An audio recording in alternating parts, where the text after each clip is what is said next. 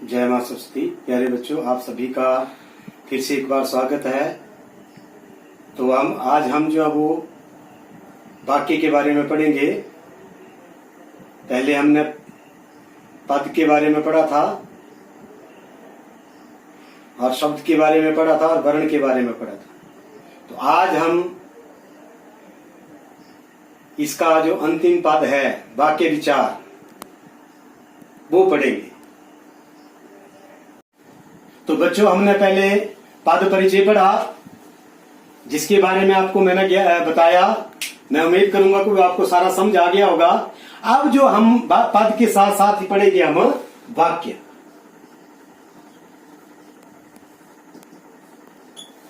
तो जैसे मैंने आपको पहले कहा कि वर्ण से शब्द, वर्ण का जो सार्थक मेल होता है, जब वर्णों के समूह आपस में मिलते हैं और वो सार्थक ध्वनि पैदा करते हैं तो हम उसको शब्द कहते हैं। मतलब कि वर्णों के मेल से शब्द बनते हैं साधारण सी भाषा में, और शब्दों के मेल से आगे क्या बनते हैं?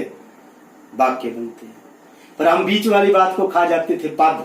वो पद मैंने आपको समझा दिया कि पद शब्द जब वाक्य से बाहर है तो वो पद है, और जब उसी शब्द को हम वाक्य में मिला देंगे, जोड़ देंगे, तो वो क्या बन जाएगा बच्चों? पद बन जाएगा।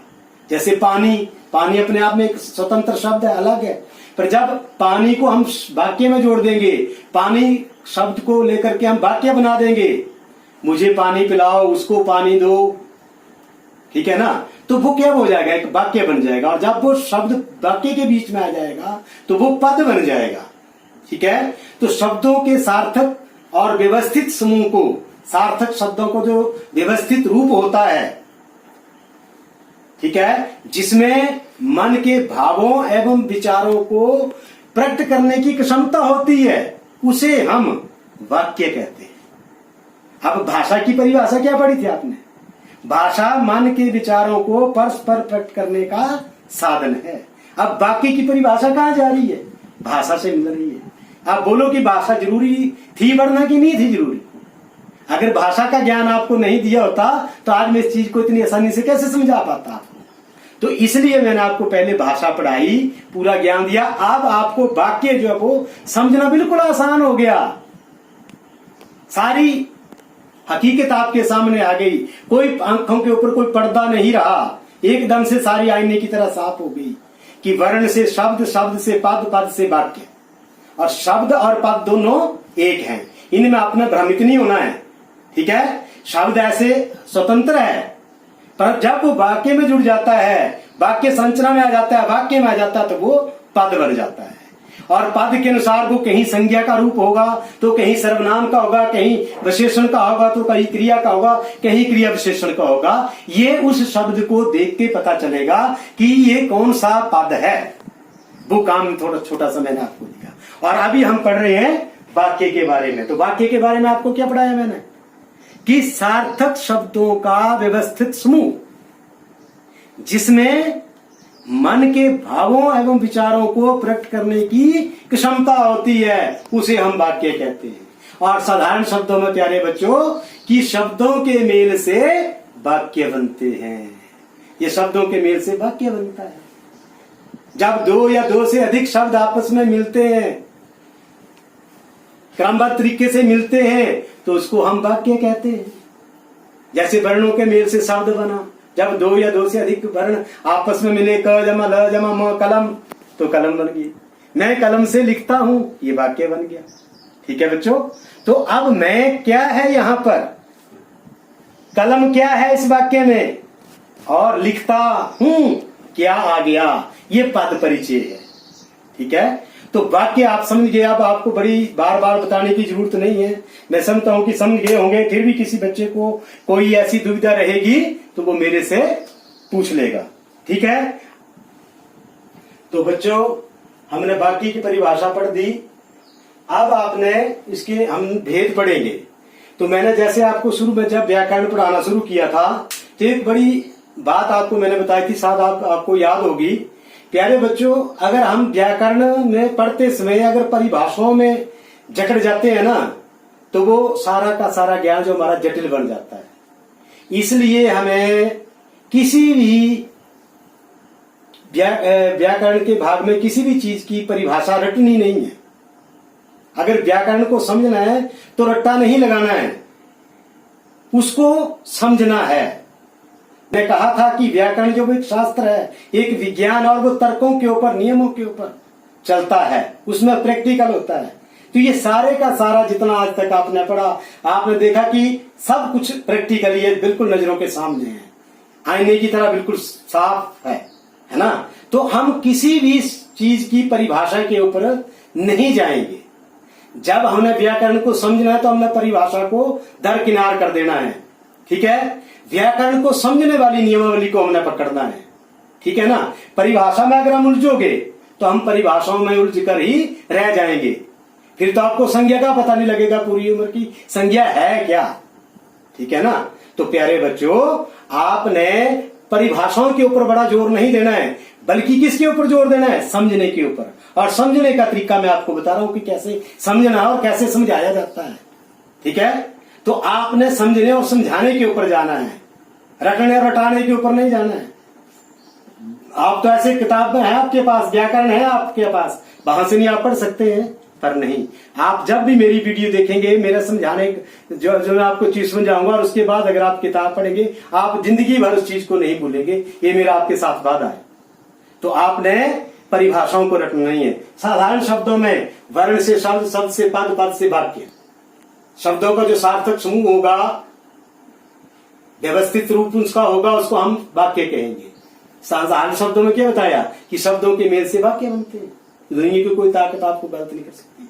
तो प्यारे बच्चों, अब हम वाक्य के मुख्य दो भेद पढ़ते हैं। कितने पढ़ते हैं? दो, अर्थ के आधार पर और रचना के आधार पर। अर्थ के आधार पर ये है विधानवाचक वाक्य, निषेधवाचक वाक्य, प्रश्नवाचक वाक्य, आज्ञावाचक वाक्य, इच्छावाचक वाक्य, विस्मयादि वाचक वाक्य, संदेहवाचक वाक्य, संकेतवाचक वाक्य। ये 8 हैं अर्थ के आधार पर, जो हम शब्द का क्या करते हैं, अर्थ निकालते हैं उस आधार पर, ठीक है।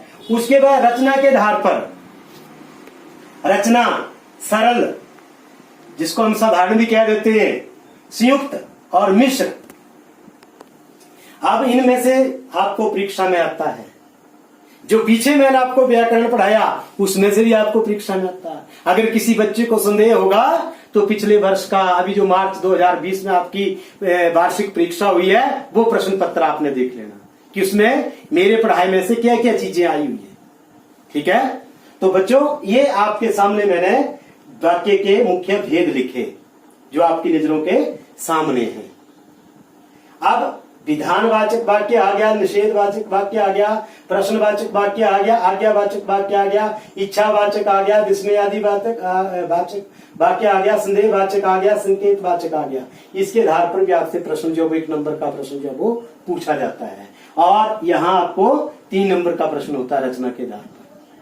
वाक्य की रचना के आधार पर आपने शब्द के भेद बताने होते हैं, वाक्य के भेद बताने होते हैं, या उस वाक्य को आपने सरल से संयुक्त में, संयुक्त से सरल में, सरल से मिश्र में बदलना होता है, ठीक है।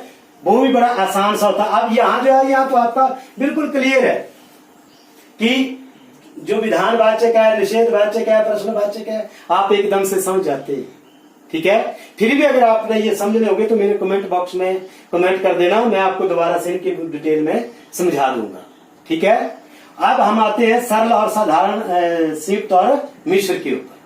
सरल जो बिल्कुल साधारण वाक्य है, आम वाक्य है, ठीक है। संयुक्त, संयुक्त में क्या होता है, संयुक्त का मतलब क्या है, मिला हुआ, जुड़ा हुआ, यौगिक रूप। तो वो किन शब्दों के लगने से मिलता है, मुख्य जो आपके और या। साधारण से शब्दों में आपने याद रखने, ज्यादातर जो आपको संयुक्त वाक्य आएंगे वो और या वाले आते हैं, तो आपने वो 2 शब्द याद रखने हैं। इसके साथ और शब्द आपके आ जाएंगे, आपकी व्याकरण की किताब में दिए, अलग से दिए होते हैं। आपने अब संयुक्त जो वाक्य होगा उसकी परिभाषा के ऊपर नहीं जाना है, आपने उसकी अंडरस्टैंडिंग करनी है, उसको समझना है। तो उसको समझने के लिए और बाकी के बीच में लगा होगा, या लगे। जैसे आप चाय पिएंगे या कॉफी, आप अंदर बैठेंगे या बाहर, तो आपका संयुक्त वाक्य है। ठीक है, जहां और लग जाएगा वो भी आपका संयुक्त वाक्य होगा। उसके अलावा जो अन्य शब्द हैं वो भी आपकी किताब में दिए हैं, आपने बड़े आराम से वहां से पढ़ सकते हैं। फिर भी अगर आपको किसी चीज का दोबारा पता नहीं लगेगा तो आप मेरे से पूछ सकते हैं। ठीक है, उसके बाद मिश्र वाक्य। मिश्र वाक्य में क्या होता है कि ये वाक्य जो है वो ज्यादातर जब, जो यहां से शुरू होते हैं, या वाक्य के बीच में जैसे अध्यापक चाहता है कि उसके सभी विद्यार्थी उत्तीर्ण हो जाएं, अब की आ गया, वो भी आपका मिश्र वाक्य है। ठीक है, क्योंकि आ गया वो भी मिश्र वाक्य है। तो ये चुनिंदा शब्द जो है वो हमें याद रखने पड़ते हैं। जब, जो, जहां, वहां, ज्यादातर अव्ययी शब्दों का प्रयोग जो है वो मिश्र वाक्य में ज्यादातर होता है। ये भी छोटी सी आपको समझने वाली बात है। ठीक है ना, तो इसमें हमने कोई रट्टा नहीं लगाना है, रट्टा लगाकर नहीं हमने चीज तैयार की। सरल का तो आपका होता है सीधा वाक्य है, साधारण वाक्य है, वो तो सरल है। अब सरल से मिश्र कैसे बनाना है, जिसमें आपका और लग जाए, या लग जाए, अथवा लग जाए, यद्यपि लग जाए, वो हमारा संयुक्त वाक्य होगा। और मिश्र कैसे बनाना है, या तो वो वाक्य जो से शुरू होगा, या जब से शुरू होगा, या बीच में जहां वहां आदि लगेगा, या की लगेगा, या क्योंकि लगेगा, यही होगा और कुछ नहीं होगा, इसलिए लग सकता है। तो बच्चों ये आपने इसको चीज को रट्टा नहीं लगाना है। व्याकरण में रट्टा नहीं चलता है, व्याकरण में तो समझ चलती है, नियम चलते हैं, सूत्र चलते हैं। ठीक है, तो आपने उन सूत्रों को, उन नियमावली को आपने समझने की कोशिश करनी है और उस चीज में से निचोड़ के निकालना है कि इसमें रस क्या है। जैसे नींबू का रस पीते हैं आप, गन्ने का रस पीते हैं आप, तो उसमें तो वो लकड़ी भी होती है, लकड़ी को भी उसमें बेलने में पीस देते हैं, रस मिला के पिला देते हैं आप, अगर है ना। तो ये रस जो वो निकालना पड़ता है बाहर। तो वो कैसे निकलेगा, जब हम इसका अध्ययन करेंगे, जब हम इसमें डूबेंगे। अब सब बड़ा तैराक कौन होता है, जो नदी में डुबकी लगाता है, वो ही जल का मोती ले आता है। वह चिड़िया जो पढ़ी आपने छठी क्लास में, फिर उसकी पंक्तियां आपकी यहाँ व्याकरण में भी प्रासंगिक हो रही है। ऐसे तो वो छठी की कक्षा की कविता है, पर हम प्रासंगिक कहाँ हो रही है, रचना में, वाक्य की रचना में, अर्थ के आधार पर। तो बच्चों ये ही व्याकरण है, इसको ही हम व्याकरण बोलते हैं। तो मैं उम्मीद करूंगा कि आप बच्चों को ये चीज जो है वो समझ आ गई होगी। अब इसके उदाहरण जो है वो आपकी किताब में बहुत सारे दिए होंगे, जैसे कुछ एक उदाहरण आपकी यहाँ व्याकरण में भी दिए होंगे, तो आप वहां से भी इसके बारे में जो है वो पढ़ सकते हैं। सरल वाक्य के हैं, जैसे मोहन हंसता है, राजेश बीमार है, पुलिस ने चोर को पीटा, माताजी ने शीला को एक साड़ी दी, है ना। संयुक्त में आ गया आपके, आप चाय पिएंगे या कॉफी, है ना, अन्यथा लग जाता है इसके बीच में, या मोहन कल मुंबई जाएगा और राजेश कोलकाता जाएगा, तो ये आपका और आ गया। मिश्र वाक्य में जो लड़का कमरे में बैठा है वह मेरा भाई है। अब देखो जो से शुरू हुआ, जब मैं छोटा था, जब आ गया, तब साइकिल खूब चलाता था। अब ये चीजें जब, तब, कब, कोई, ये सब चीजें हमें यदि, ये सब हमें याद रखनी पड़ेंगी। अब यही शब्द इसलिए मैंने आपको कहा। अब यही शब्द आपने पढ़ा होगा 9th में, 6ठी में, 5वीं में या 7वीं 8वीं में, तो आपको याद होगा अब यही शब्द क्या है। हम आगे पढ़ेंगे, अभी अब यही शब्द आपका हमने पढ़ाया नहीं, आपको हम पढ़ाएंगे आपको इसके बारे में दोबारा से। तो यही शब्द वो होते हैं, अब यही शब्द जो होते हैं उनको, उनके प्रयोग से जो है वो मिश्र वाक्य बनता है। मिश्र का मतलब क्या, मिला हुआ, मिश्रित रूप। जैसे हम खिचड़ी जा क्या देते हैं, खिचड़ी में क्या सारी दालें इकट्ठी मिला के करके चावलों के साथ पका देते हैं, वो खिचड़ी बन जाती है, देसी घी के बड़े मजे के साथ खाते हैं। तो मिश्र वाक्य भी आपने खिचड़ी की तरह समझ लेना, ठीक है ना, ये सब का मिश्रण है। ठीक है, अब इसकी परिभाषा जो आपने व्याकरण से पढ़ लेनी, पर परिभाषा के ऊपर मत जाना। अगर परिभाषा के ऊपर आप चले जाएंगे तो आप फिर जब परीक्षा में बैठेंगे तो आप इनके भेद नहीं जान पाएंगे आसानी से। तब आप ठीक को गलत और गलत को ठीक करके आ जाएंगे। और जिस तरीके से मैंने आपको बताया कि आपने क्या अपने दिमाग में वो शब्द याद रख लेने, कि ऐसे शब्द जो है वो मिश्र वाक्य में आते हैं, और या अन्यथा आदि अथवा जो है वो कहाँ आते हैं, संयुक्त में आते हैं। सरल तो सरल ही है, इसको तो सीधा होगा। ठीक है, तो मैं उम्मीद करूंगा आप बच्चों को ये सारी चीजें समझ आ गई होगी। फिर भी अगर आपको ऐसा कोई चीज लगेगी यहाँ पर, तो फिर मैं स्पेशली उसको समझा दूंगा, क्योंकि अब मैं समझता हूं कि इसको आगे समझाने की कोई बड़ी ज्यादा आवश्यकता नहीं है। तो फिर भी अगर आपको कहीं लगेगा, तो प्यारे बच्चों, मेरे दिल के दरवाजे आपके लिए सदैव सदैव जो वो खुले हैं।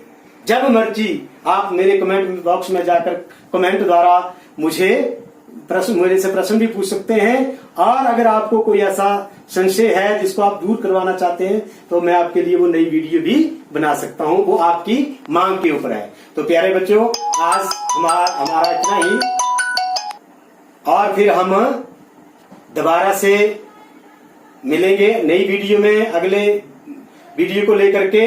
तब के लिए जय हिंद, जय हिमाचल, जय मां सरस्वती।